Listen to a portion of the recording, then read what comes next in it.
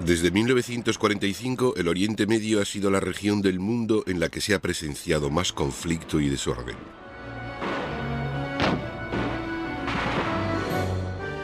La tensión del Oriente Medio ha sido causada por el conflicto interno, especialmente entre árabes y judíos, y por su situación geográfica, encrucijada entre Europa, África y Asia.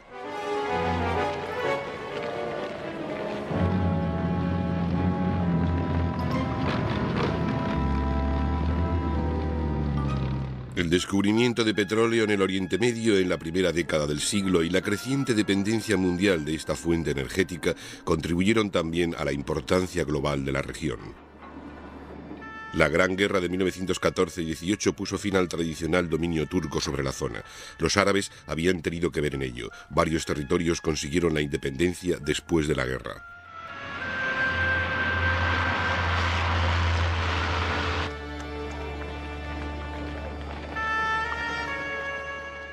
Otros fueron asignados como mandatos, con Gran Bretaña responsable de Palestina, Transjordania y Mesopotamia,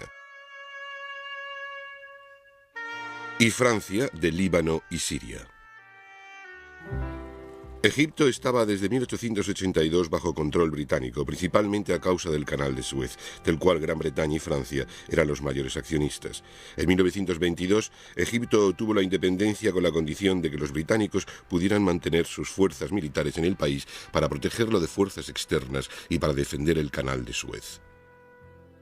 El acuerdo no fue del agrado de los nacionalistas egipcios y los continuados disturbios llevaron a que se firmara un tratado con el joven rey Farouk de Egipto en el año 36. Sin embargo, siguió el clamor por la independencia total. Palestina era aún más problemática. Era la patria tradicional de los judíos, pero los árabes se habían apoderado de ella durante los siglos. Para 1900 se había formado un movimiento sionista resuelto a reclamar Israel. En el 17, los británicos promulgaron la llamada Declaración Balfour, que daba su apoyo a una patria judía en Palestina. Después de la Gran Guerra, muchos judíos emigraron a Palestina con la intención de apoderarse del país. Los británicos esperaban que coexistieran en paz con los árabes, pero estos se resentían cada vez más contra la presencia judía, especialmente porque iban comprando más y más terreno. Cuando Hitler accedió al poder en Alemania en 1933 y empezó la persecución de los judíos, la inmigración a Palestina aumentó bruscamente.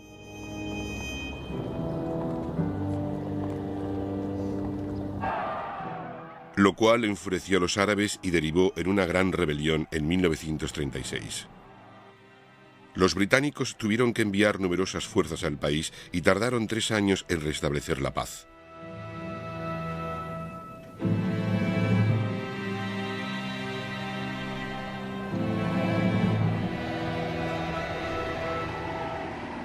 Para entonces había estallado la Segunda Guerra Mundial y el Oriente Medio cobró una vital importancia estratégica. Se libraron varias batallas, incluida la del desierto egipcio y libio entre las fuerzas británicas y las del Eje.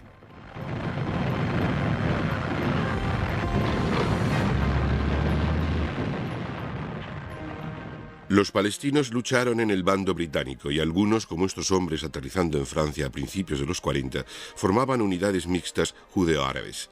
Aunque Egipto era la base británica principal, no participó en la lucha.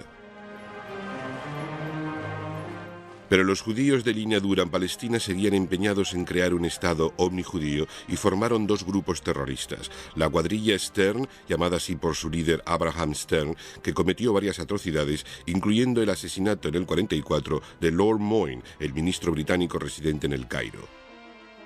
Y el grupo Irgun, dirigido por el futuro primer ministro israelí Menachem Begin. Este era menos extremista y se contentaba con atacar los símbolos de autoridad británica como las comisarías de policía. Finalmente, al terminar la guerra en 1945, Francia dio la independencia a Líbano y Siria. Transjordania consiguió su independencia y las fuerzas británicas abandonaron Mesopotamia, que ya había obtenido la suya en el 22, al igual que Irak. Pero fuertes guarniciones británicas permanecieron en Palestina y Egipto y se mantuvo su presencia en Chipre, Sudán y Adén. El problema palestino se presentaba insoluble. A la cuadrilla judía Stern y el Irgun se les unió el grupo moderado Haganah y formaron preguerra para proteger poblaciones de los ataques árabes. En octubre del 45 lanzaron un ataque contra la policía y las comunicaciones, por lo que se tuvo que llamar al ejército británico para controlar la situación.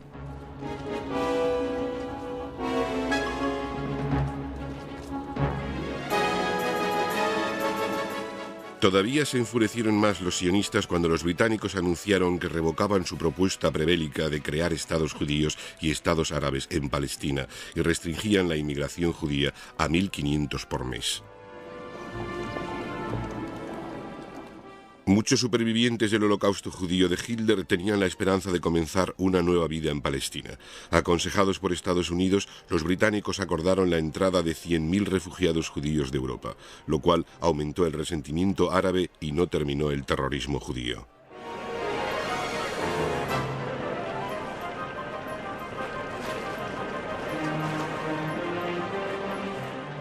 Uno de los peores ataques por parte de los terroristas judíos fue la explosión en el Hotel King David de Jerusalén en el año 46, cuando alojaba a miembros de la administración británica, con un resultado de 91 víctimas. Los británicos, agotados tras 6 años de lucha contra las fuerzas del Eje, se desesperaron y solicitaron ayuda a las Naciones Unidas para solucionar el problema. Enviaron un comité especial de las Naciones Unidas a Palestina en junio del 47, que visitó también los estados árabes vecinos y los campamentos de judíos desahuciados en Europa. Sin embargo, los árabes palestinos se negaron a contactarlo.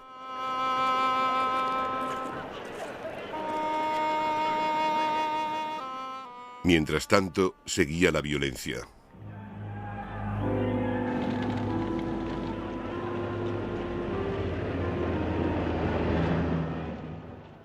Al mismo tiempo, los británicos intentaban evitar que se excediera el cupo de judíos que llegaban en barco desde Europa.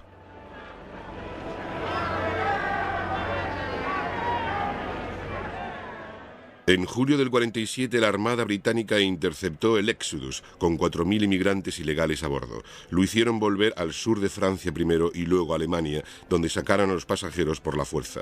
Gran Bretaña fue censurada en muchas partes, pero ampliar la inmigración judía solo suscitaría más antagonismo árabe.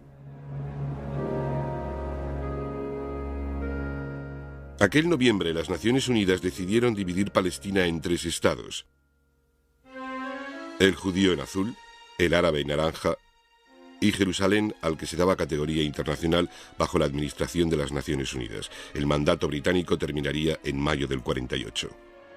La solución de las Naciones Unidas no contentó a nadie. Los judíos se resentían de que no se les permitiera la independencia inmediata y los árabes odiaban tener que perder la mitad de Palestina.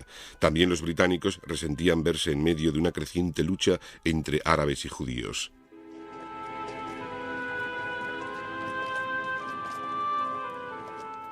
En efecto, para la primavera del 48 los británicos abandonaron su intervención y se retiraron a enclaves en Jerusalén y a los puertos de Haifa y Jaffa.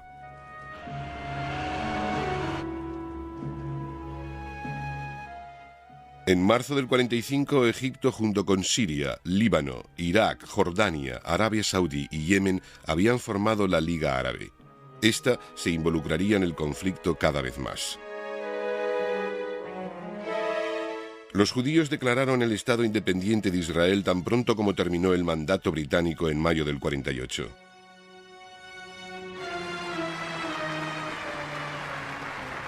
La Liga Árabe mandó 30.000 soldados a Palestina y se inició una encarnizada batalla.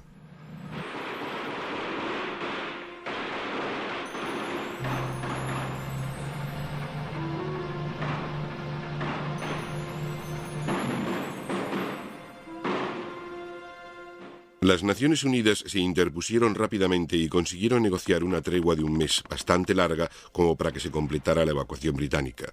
Luego se reanudó la hostilidad cuando los israelíes lanzaron limitados ataques en todos los frentes para desconcertar a los árabes. Las Naciones Unidas volvieron a intervenir, pero su enviado, el conde Bernadotte, fue asesinado, probablemente por judíos extremistas, cuando intentaba negociar un reajuste de las fronteras.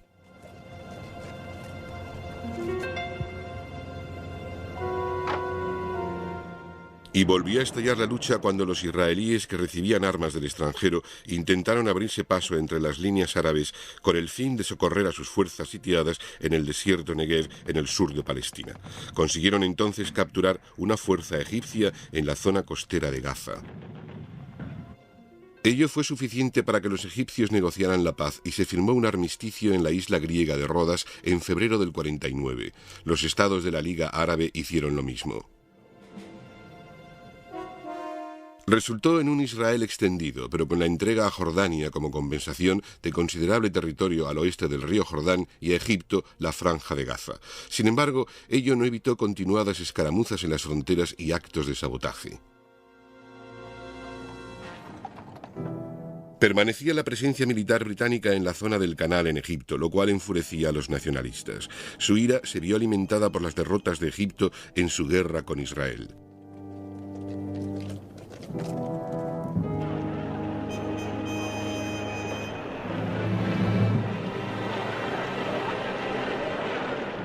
Los débiles gobiernos egipcios no habían conseguido mejorar la situación en el país, y el hecho de que al rey Farouk de Egipto se le considerase como a un playboy internacional no era de gran ayuda. La situación se volvió insostenible para julio del 52, cuando un grupo de oficiales del ejército dirigido por el general Mohamed Neguib dio un golpe de estado. Hicieron abdicar al rey Farouk, que fue exiliado, y el país cayó bajo el mando del Consejo del Comando Revolucionario. A principios del 53 se iniciaron negociaciones con los británicos. Se concluyó que Sudán debía obtener la independencia en el 56 y, de más importancia para los egipcios, que los británicos evacuarían inmediatamente sus tropas de la zona del canal, si bien el canal de Suez iba a seguir siendo una vía internacional. Dos sucesos empeorarían la actitud de Egipto hacia el occidente. En 1951 hubo un golpe nacionalista en Irán, rico en petróleo. Encabezado por el doctor Mohammad Mossadegh, depuso al Shah de Irán, de tendencias occidentales, y confiscaron todos los bienes de petróleo extranjeros, mayormente propiedad de Gran Bretaña y los Estados Unidos.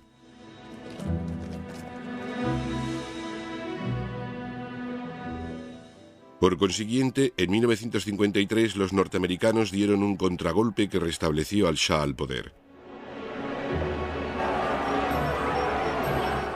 El segundo suceso tuvo lugar en el 55, cuando Gran Bretaña, ansiosa por mantener su influencia en la región, firmó el Pacto de Bagdad con Irak, Turquía y Pakistán. El primer ministro egipcio Gamal Abdel Nasser, que pronto iba a destituir a Neguib y declararse presidente, lo vio como un intento de aislar Egipto y se aproximó más que nunca al bloque comunista. La situación se volvió muy tensa alrededor del prestigioso proyecto de ingeniería de la presa de Asuán. Las potencias occidentales habían acordado aportar dinero, pero se retractaron por estar convencidos de una inminente adhesión de Egipto al bloque comunista. La Unión Soviética y sus aliados, que ya habían empezado a suministrar armas a Egipto, se lanzaron a colaborar en el proyecto. Los rusos estaban encantados de aumentar su influencia en el Oriente Medio a expensas de Occidente. Al mismo tiempo, Nasser anunciaba la nacionalización del Canal de Suez.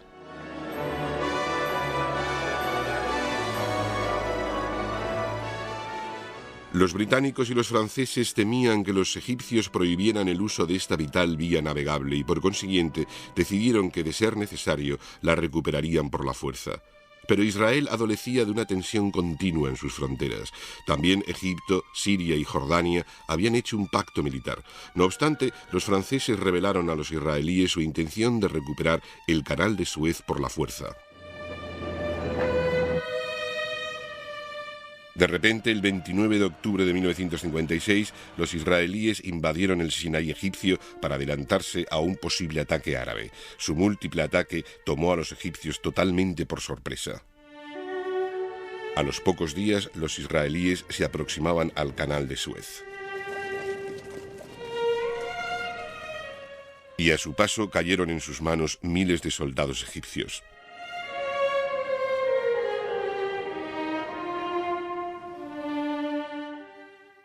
Los británicos y los franceses informaron a las Naciones Unidas de que si se libraba una batalla en la zona del canal se verían obligados a intervenir. Bloquearon un acuerdo que solicitaba la retirada israelí. El 31 de octubre, la aviación británica y francesa comenzó a bombardear bases aéreas egipcias. Un destacamento especial anfibio se acercó a la costa egipcia. El 5 de noviembre, mientras las fuerzas israelíes se aproximaban al canal de Suez, las tropas anglo-francesas lanzaban ataques aéreos en la punta norte del puerto Said, seguidos al día siguiente de desembarques anfibios.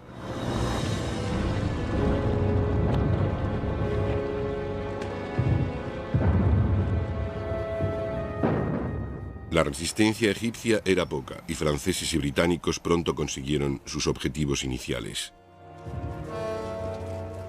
Pero durante todo el tiempo las Naciones Unidas habían estado exigiendo un inmediato alto el fuego que se ordenó aquella noche principalmente gracias a la presión norteamericana. Durante los siguientes 4 meses, las fuerzas británicas, francesas e israelíes se retiraron y fueron sustituidas por los cascos azules de las Naciones Unidas. Nasser garantizaba ahora el derecho al paso a través del canal de Suez a todos los barcos, pero primero se tenían que retirar aquellos que habían sido hundidos para obstruirlo.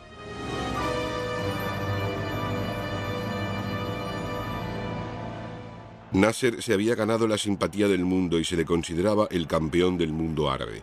Aún empeñado en destruir Israel, se puso a reforzar la Liga Árabe. En el 58, Egipto y Siria se unieron para formar la República Árabe Unida.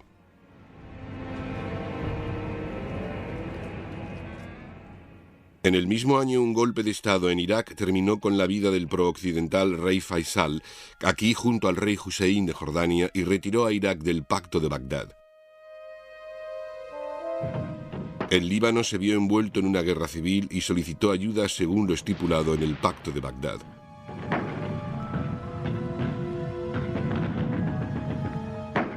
Desembarcó un cuerpo de la Armada de los Estados Unidos y permaneció hasta que se instauró un gobierno moderado más fuerte.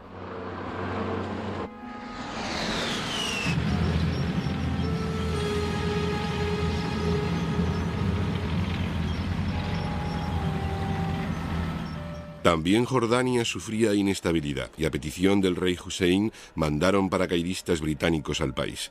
Estos se fueron de Jordania casi al mismo tiempo que la armada norteamericana abandonaba Líbano.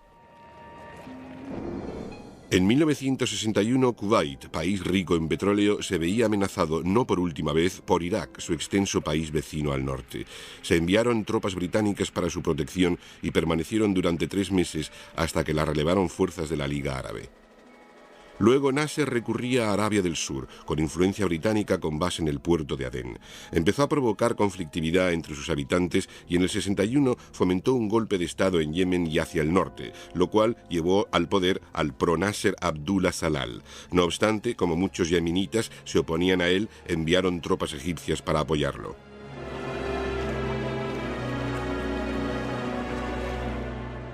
Arabia Saudí apoyó la oposición. Todo ello llevaría a una guerra civil de 6 años.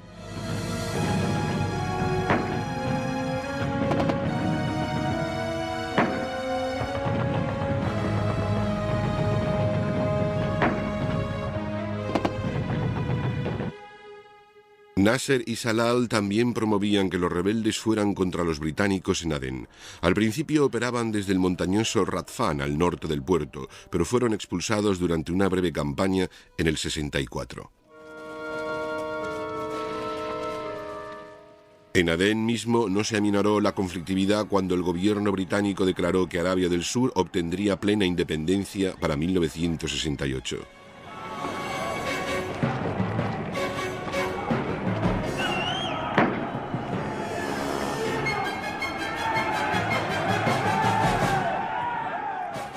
Se mantuvo a las tropas británicas combatiendo al límite de sus fuerzas contra lo que se convirtió en una cruel campaña terrorista.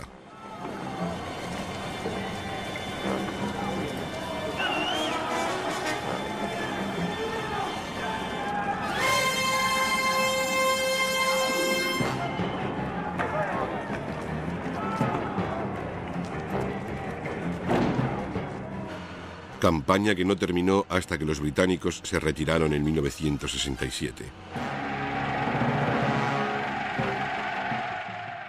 Pero para 1967 había incrementado la tensión en las fronteras de Israel. Los pacificadores de las Naciones Unidas se las habían arreglado para mantener relativamente tranquila la frontera de Israel con el Sinaí egipcio, pero en aquellas con Siria y Jordania aumentaba la violencia, fomentada esta por árabes palestinos que vivían en sus cercanías.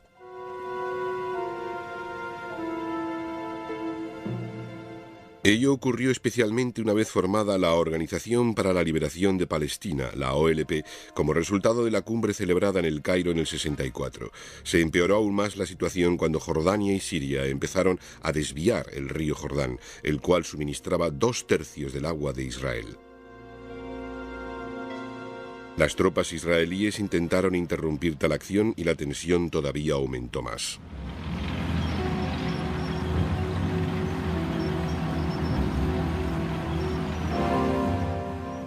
En 1966 se renovó la alianza entre Egipto y Siria después de que un golpe en Siria hubiera llevado al poder a oficiales del ejército extremistas. También se presionó al rey Hussein de Jordania para que se uniera a esta alianza en mayo del 67.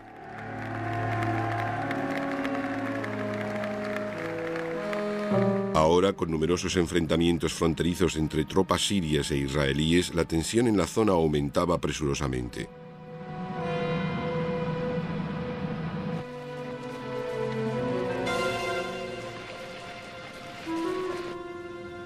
Creyendo que Israel se preparaba para atacar Siria, los egipcios empezaron a concentrar fuerzas en el Sinaí y ordenaron y forzaron la retirada a los observadores de las Naciones Unidas.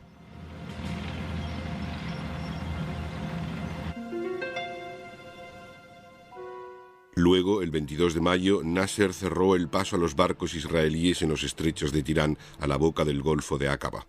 Para Israel fue la gota que colmó el vaso. A primera hora del 5 de junio de 1967, la aviación israelí lanzó un masivo ataque contra los aeropuertos egipcios. Al mismo tiempo, las fuerzas de tierra atacaron Sinaí en un amplio frente.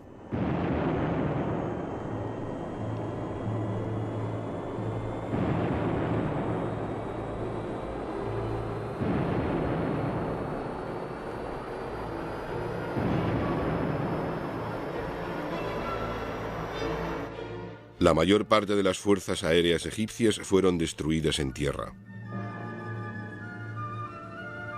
La aviación jordana, siria e iraquí se vengó con ataques a objetivos israelíes, pero varios de sus aviones fueron derribados y sus aeropuertos bombardeados. Para el fin del primer día, los israelíes habían establecido su supremacía aérea. Fue menester una cruel batalla para superar las defensas egipcias en Sinaí. Cuando los israelíes lo consiguieron, sus ataques cobraron velocidad. Sus tanques Centurion, de origen británico, les proporcionaba su mayor empuje armado. Tardaron solo 24 horas en conseguir todo el Sinaí y capturar un vasto número de tropas egipcias.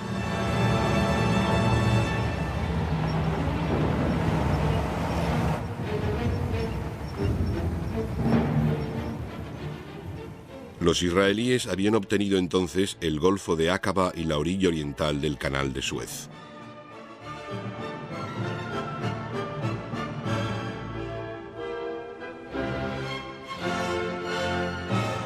En el frente de Jordania se libraba una furiosa batalla por Jerusalén.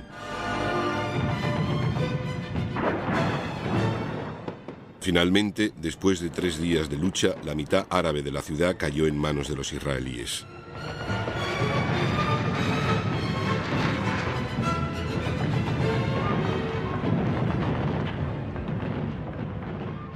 Los israelíes fueron a ocupar todo el territorio jordano al oeste del Jordán.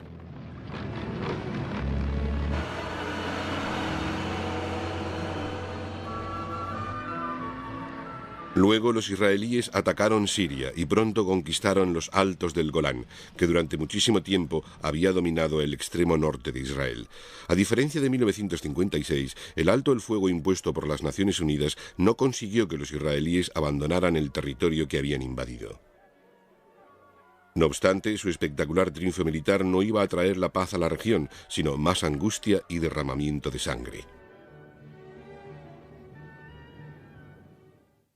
La guerra de 1967 le había proporcionado a Israel más fronteras que defender, con los altos del Golán al norte, el río Jordán al este y el canal de Suez al oeste.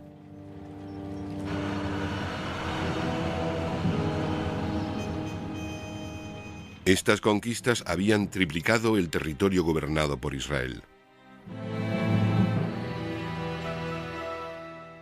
Ahora era responsable de 1,5 millones de disgustados palestinos de la franja de Gaza en Sinaí y de la margen occidental del río Jordán.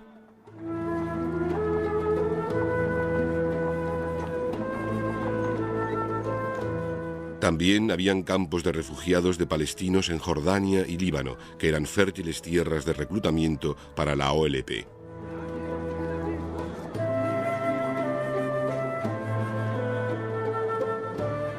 La OLP se mostraba también descontenta ante la resolución 242 de las Naciones Unidas que exigía que Israel se retirara de los territorios ocupados, pero no trataba la cuestión de Palestina.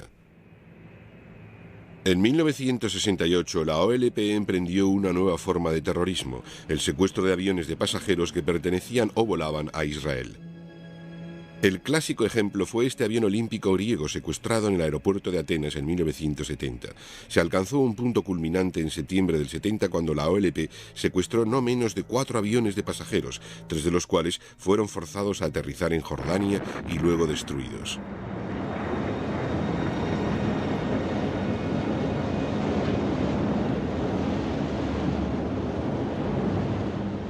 Esto terminó con la paciencia del rey Hussein.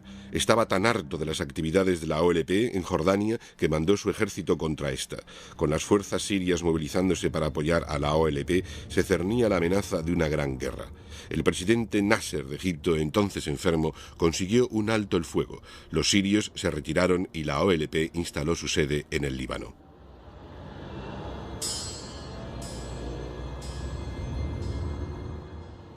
Nasser utilizó sus últimas fuerzas para conseguir este alto el fuego y murió, llorado por muchos, en septiembre de 1970.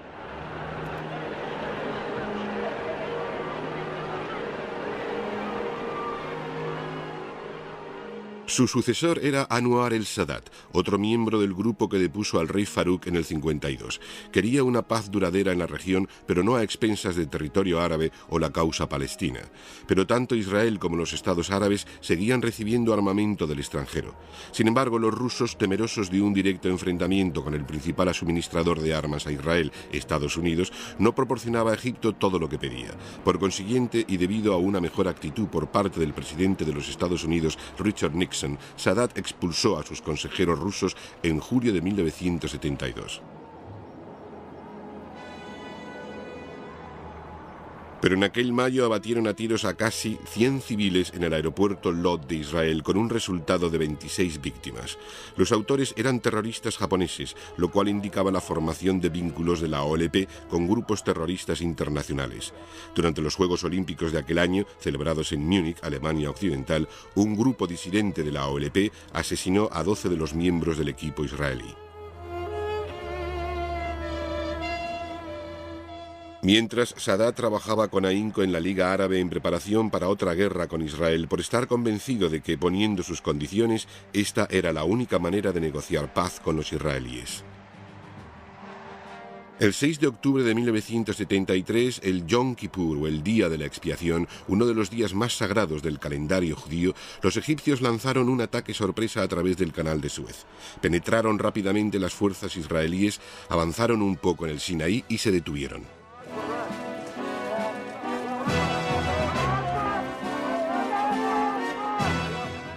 Mantenían a raya a la aviación israelí mediante proyectiles tierra-aire o SAMs.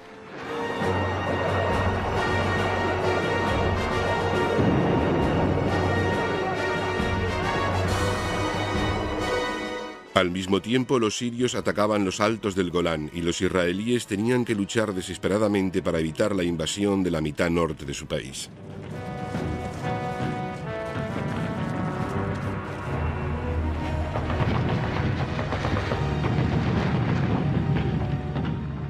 El primer contraataque israelí en Sinaí fue desastroso. Muchos tanques cayeron víctimas de los misiles teledirigidos antitanque de fabricación soviética. En el frente de Golán, fieros contraataques terminaron por detener y luego expulsar a los sirios a través de los altos. Después, la contraofensiva israelí aminoró a consecuencia de ataques iraquíes y jordanos en su flanco sur. En Sinaí se llegó al punto álgido el 14 de octubre, cuando unos 2000 tanques quedaron trabados en lo que fue la mayor batalla de acorazados desde la de Kursk en julio de 1943.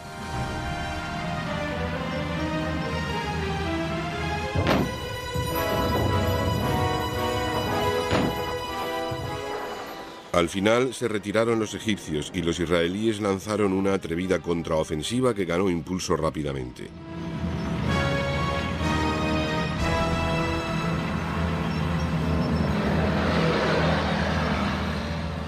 Los israelíes cruzaron el canal de Suez y rápidamente expandieron su cabeza de puente hasta casi cortar las líneas de suministro de las fuerzas egipcias aún en Sinaí. La pérdida de armamento en ambos bandos fue enorme. Había sido con mucho la guerra más sangrienta jamás librada entre árabes e israelíes. Fue tan intensa que hasta Moscú y Washington se unieron para conseguir el alto el fuego.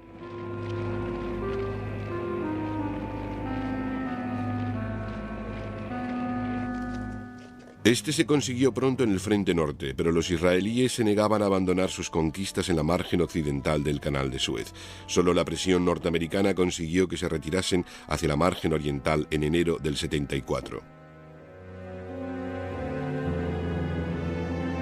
En medio de todo esto, la Organización de Países Árabes Exportadores de Petróleo, la OPEP, subió el precio del petróleo un 70% y congeló el suministro de aquellos países que apoyaban a Israel, especialmente Estados Unidos. El precio del petróleo se puso por las nubes y en muchos países se introdujo su racionamiento.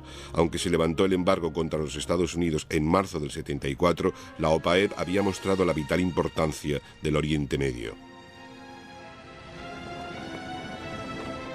Mientras, las tropas de las Naciones Unidas se encontraban de nuevo manteniendo a los dos bandos separados.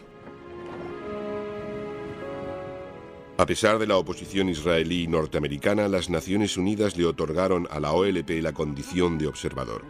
Su líder, Yasser Arafat, pronunció un discurso en la Asamblea de las Naciones Unidas. Sin embargo, continuaron las atrocidades de la OLP. En mayo del 74 tomaron como rehenes a alumnos de una escuela de Maalot, al norte de Israel. Hubo 22 víctimas cuando los comandos israelíes asaltaron la escuela para rescatarles. En junio del 76, dos terroristas alemanes se asociaron con dos palestinos para secuestrar un avión francés con 250 pasajeros a bordo, incluyendo 96 israelíes. Forzaron el avión a volar a Entebbe, Uganda.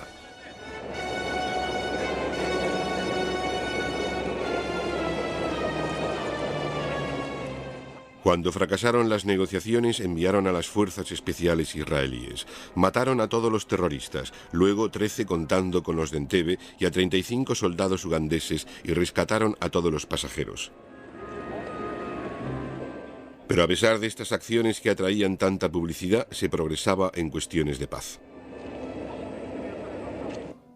Ello se debía en gran parte a la diplomacia de lanzadera del enviado especial norteamericano Henry Kissinger, aquí con el presidente Sadat, y al apoyo ruso para un acuerdo duradero.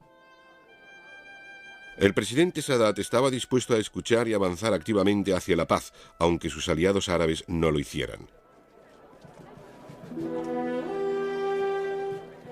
En noviembre de 1977 dio un paso sin precedentes al visitar Israel con la intención de persuadir a los israelíes de que reconocieran a la OLP, pero los continuados ataques en la frontera con Líbano endurecieron la postura israelí. Por consiguiente, intervinieron las Naciones Unidas y crearon una zona amortiguadora en la frontera. A pesar de todo, la situación pareció estar en punto muerto hasta agosto del 78, cuando el presidente Jimmy Carter invitó a Sadat y al primer ministro israelí Menachem Begin a hospedarse con él en su residencia de verano de Camp David. Después de intensa discusión, firmaron un proyecto de acuerdo que se formalizaría en marzo del 79. Mediante este, los israelíes acordaron la retirada de Sinaí en 3 etapas, con exclusión de la Franja de Gaza, y Sadat acordó la apertura del Canal de Suez y del Golfo de Aqaba a los buques israelíes. El acuerdo de Camp David fue histórico por ser el primer paso positivo hacia el fin de la fricción en el Oriente Medio. Pero mientras tanto, habían aflorado nuevas fuerzas. Su promotor era el Shah de Irán, que estaba empeñado en hacer de su país el estado dominante del Oriente Medio, y utilizó sus vastas reservas de petróleo para adquirir grandes cantidades de sofisticadas armas occidentales. Su primera incursión extranjera consistió en el envío de tropas para ayudar al sultán de Omán, ya apoyado por los británicos, para evitar que elementos marxistas del vecino Dhofar lo destronaran. La guerra duró hasta 1975 y resultó en victoria para el sultán, en su mayor parte gracias a los británicos. Pero durante los 70 aumentó el descontento en Irán por el opulento estilo de vida del Shah, cuando la mayoría de la gente vivía en la indigencia, y por el carácter represivo de su mandato.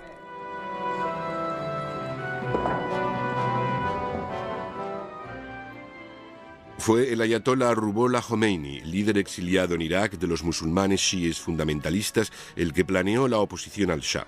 Pero en el 78, el líder iraquí Saddam Hussein expulsó a Khomeini a petición del Shah. Para entonces aumentaba el resentimiento en Irán por la aparente creciente influencia occidental en el país.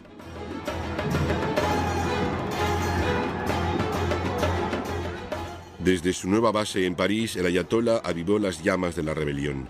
Irán se volvió pronto ingobernable y en febrero del 79 el Shah abandonaba el país. Ello posibilitó que Khomeini volviera victorioso de un exilio de 16 años. La fanática postura antioccidental del nuevo régimen fundamentalista en Irán decidió a los Estados Unidos a congelar los activos iraníes en Norteamérica. Los iraníes se vengaron tomando por asalto la embajada estadounidense en Teherán y secuestrando a 52 de sus miembros.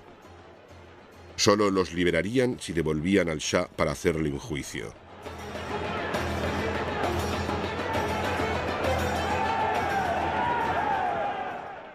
Las negociaciones fracasaron y las fuerzas especiales norteamericanas intentaron un atrevido rescate, pero este resultó también en un embarazoso fracaso, ya que los helicópteros llevados en portaaviones se estrellaron en el desierto iraní.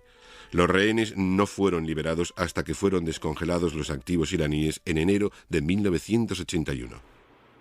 Los fundamentalistas islámicos pronto hicieron sentir su presencia en otras partes, especialmente en el Líbano.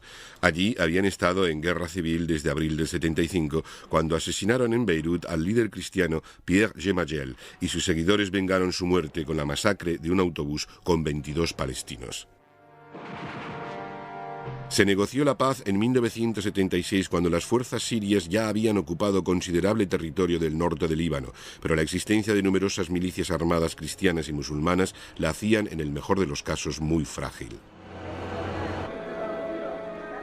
Efectivamente, en el 78 las milicias cristianas atacaron a los sirios y para finales de año la capital libanesa había sido partida en dos, el Beirut oriental cristiano y el Beirut occidental musulmán. Al mismo tiempo seguía la actividad terrorista de la OLP contra Israel.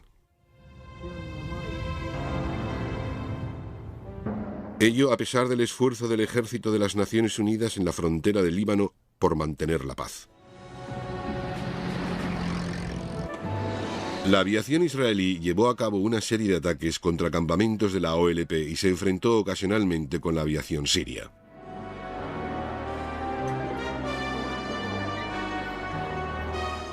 A mediados de 1982 se dio una nueva campaña terrorista contra objetivos israelíes en Europa.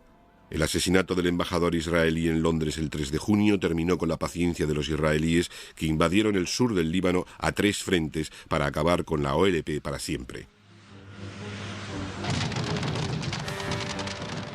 La mayor amenaza provenía de los proyectiles tierra-aire o de los puestos de Shams en el valle de Beca.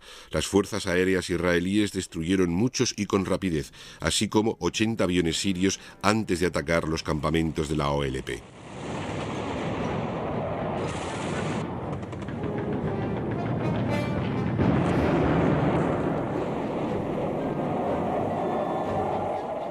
El tanque Merkava israelí probó ser muy superior al sirio T-72 de fabricación rusa.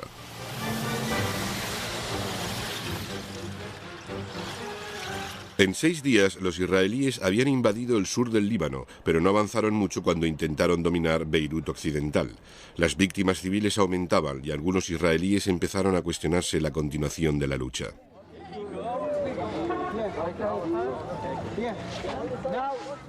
No fue hasta agosto del 82 que se acordó un alto el fuego. Un cuerpo especial internacional con tropas francesas, norteamericanas e italianas vigiló la retirada siria y de la OLP de Beirut occidental.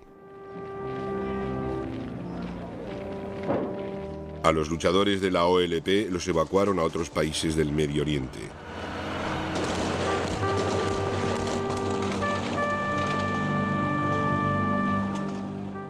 La operación se completó a principios de septiembre y el cuerpo internacional se retiró. Pero el éxito israelí no trajo la paz al Líbano. El presidente electo del país murió víctima de un coche bomba el 14 de septiembre.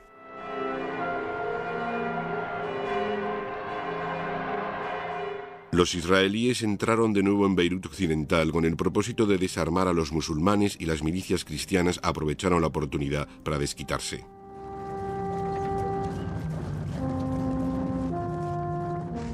El balance fue la masacre de unos 800 ancianos, mujeres y niños en los campamentos de Sabra y Chatilla.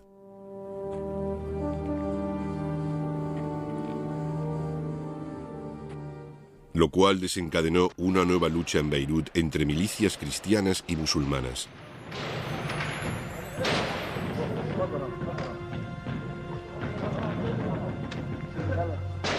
Desesperado, el nuevo presidente de Líbano pidió el retorno del cuerpo multinacional. Y para principios de octubre llegaron las tropas norteamericanas, francesas e italianas, a las que se unió más tarde un pequeño contingente británico. Comenzó a patrullar la llamada Línea Verde que separaba el Beirut oriental del occidental. Durante 1983, los esfuerzos para negociar la retirada siria e israelí fueron inútiles. Aún peor, los ejércitos norteamericano y francés se encontraron en medio de una lucha dentro y alrededor de Beirut, hasta el punto que se vieron obligados a utilizar el enorme buque de guerra de la Segunda Guerra Mundial, New Jersey, para bombardear los puestos musulmanes en las colinas sobre la capital. No obstante, el 23 de octubre del 83 hicieron explotar 2 camiones llenos de explosivos en bases francesas y norteamericanas que terminó con la vida de casi 300 soldados. Estaba claro que la misión del cuerpo era imposible y para principios del 84 se habían retirado. Mientras, Beirut, que 10 años antes se le había considerado el París del Oriente Medio, estaba siendo reducido a ruinas. Pero los israelíes se estaban cansando del problema que les estaba agotando tanto los hombres como la economía. Cada vez más israelíes se oponían a la ocupación del Líbano y el ejército israelí se retiró gradualmente durante 1985. Sin embargo, los sirios permanecieron.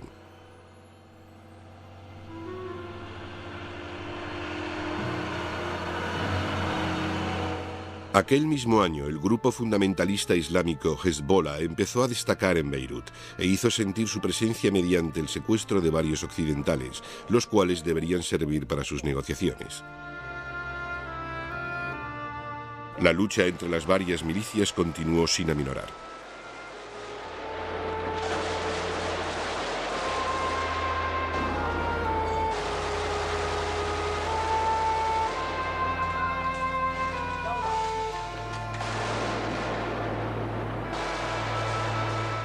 Finalmente, a principios de 1987, las fuerzas sirias fueron a Beirut para intentar restablecer el orden. Lo cual no hizo más que enfurecer a las milicias cristianas.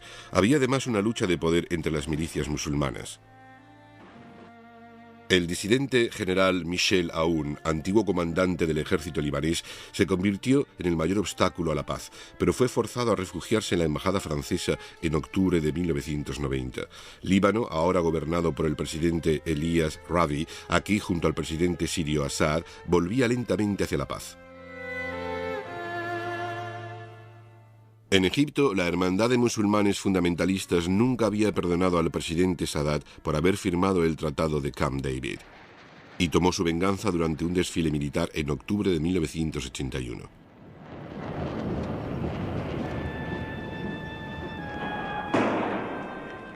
Los soldados bajaron de los camiones, asaltaron la base de Saludo y abatieron a Sadat y a los otros.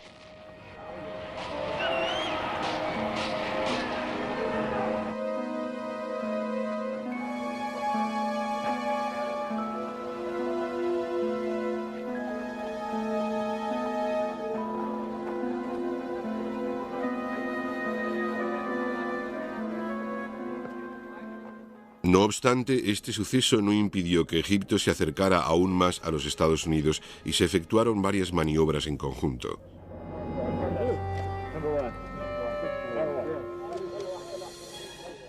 Por contraste, las relaciones entre Norteamérica y Libia empeoraron durante 1980. Hacía tiempo que al líder libio Muammar Gaddafi se le consideraba el inconformista del Oriente Medio. Además, Occidente creía que promovía el terrorismo internacional.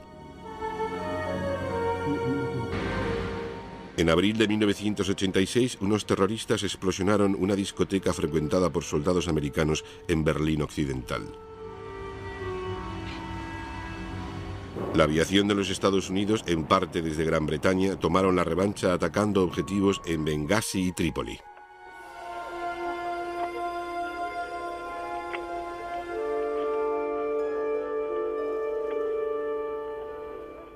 Pero durante los 80, el Oriente Medio vivió sumido en la dura sombra de la guerra entre Irán e Irak.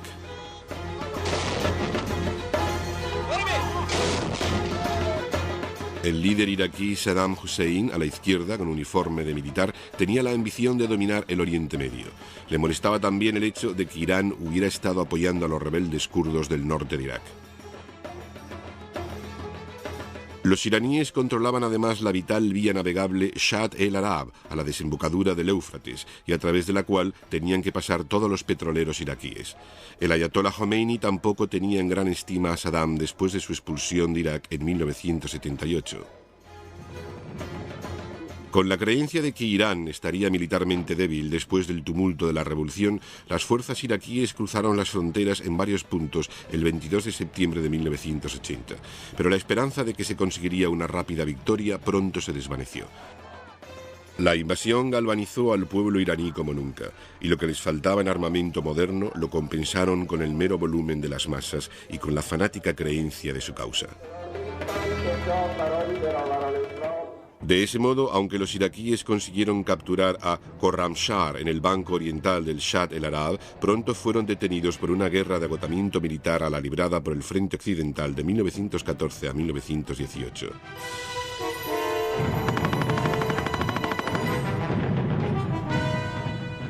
La caracterizaban masivos bombardeos y oleadas de asalto humano por guardias revolucionarios con poquísima experiencia.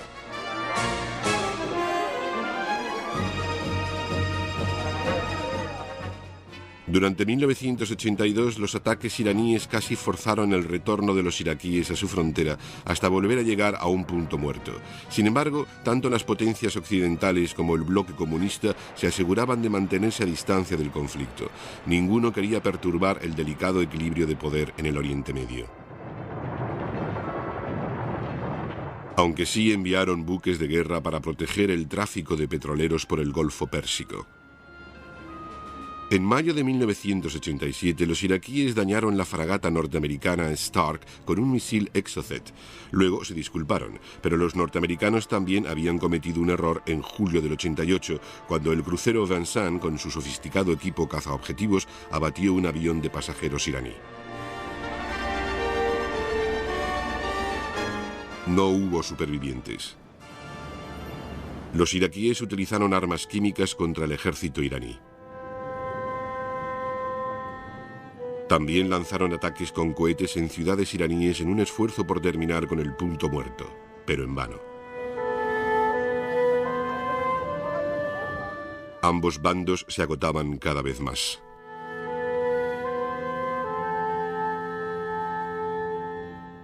Por fin, en agosto de 1988, los dos países aceptaron un alto el fuego fomentado por las Naciones Unidas y se intercambiaron prisioneros de guerra.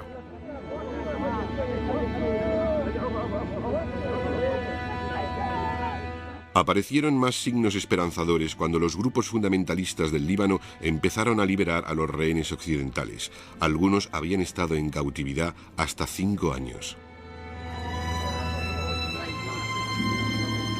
Parecía que la llegada de los 90 finalmente traía la paz al Oriente Medio.